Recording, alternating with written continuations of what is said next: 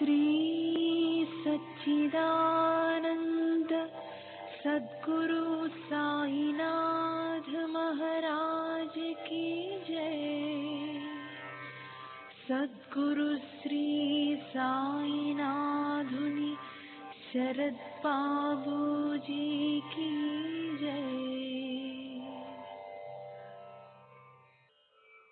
సాయి వంటి దైవంబు లేడోయి లేడోయి, ప్రజలందరి నోట సాయి నామం పలకాలి, సర్వత్రా సాయి రూపం రంజిల్లాలి, ముజ్జగాలు సాయి మహిమతో ముప్పిరిగొనాలి.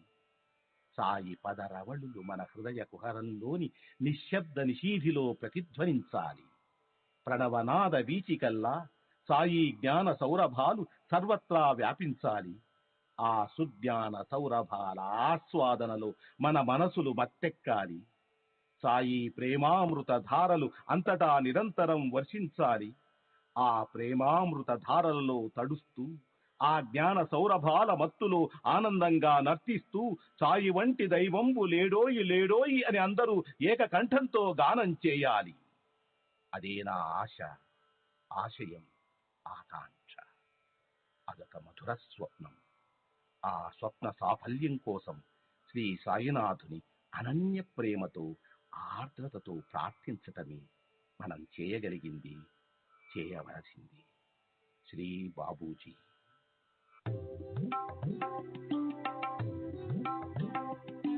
సాయి బాబా, సాయి బాబా, సాయి బాబా, సాయి బాబా.